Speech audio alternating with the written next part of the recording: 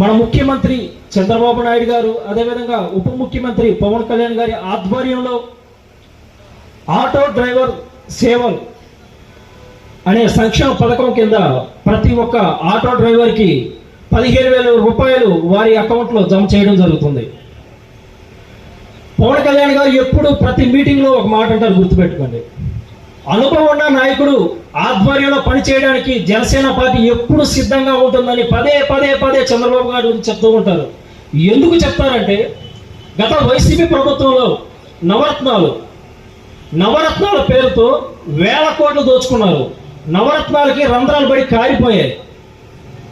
వేల కోట్లు దోచుకొని వాళ్ళు జేబులో పెట్టుకున్నారు. అభివృద్ధి శూన్యం. అతలాకుతలమై గందరగోళం ఉన్నటువంటి పరిస్థితిలో మన ఎన్డీఏ కూటమి ప్రభుత్వం ఏర్పడింది. ఖజానాలో డబ్బులు లేవు. అనుభవం ఉన్నటువంటి నాయకుడు చంద్రబాబు నాయుడు గారు కాబట్టి సంక్షేమం ఆగలేదు, అభివృద్ధి ఎక్కడ ఆగలేదు. ప్రతి ఒక్కటి చేసుకుంటూ సక్సెస్ఫుల్గా అభివృద్ధి వేగవంతంగా జరుగుతూ వస్తుంది మన రాష్ట్రంలో. అందుకే విజన్ ఉన్న నాయకుడు మన చంద్రబాబు నాయుడు గారు. గత వైసీపీ ప్రభుత్వంలో ఏమన్నా అభివృద్ధి కార్యక్రమం జరిగాయో ఒకసారి ఆలోచించండి.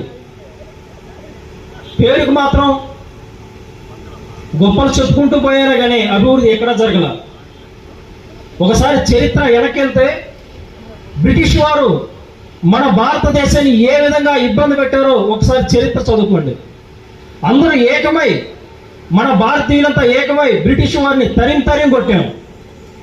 అదేవిధంగా మన ఆంధ్ర రాష్ట్రంలో ప్రజలందరూ ఏకమై బ్రిటిష్ లాంటి వైసీపీ ప్రభుత్వాన్ని తరిం కొడితే మన ఆంధ్రప్రదేశ్ రాష్ట్రం ఖచ్చితంగా అభివృద్ధి చెందుతుంది.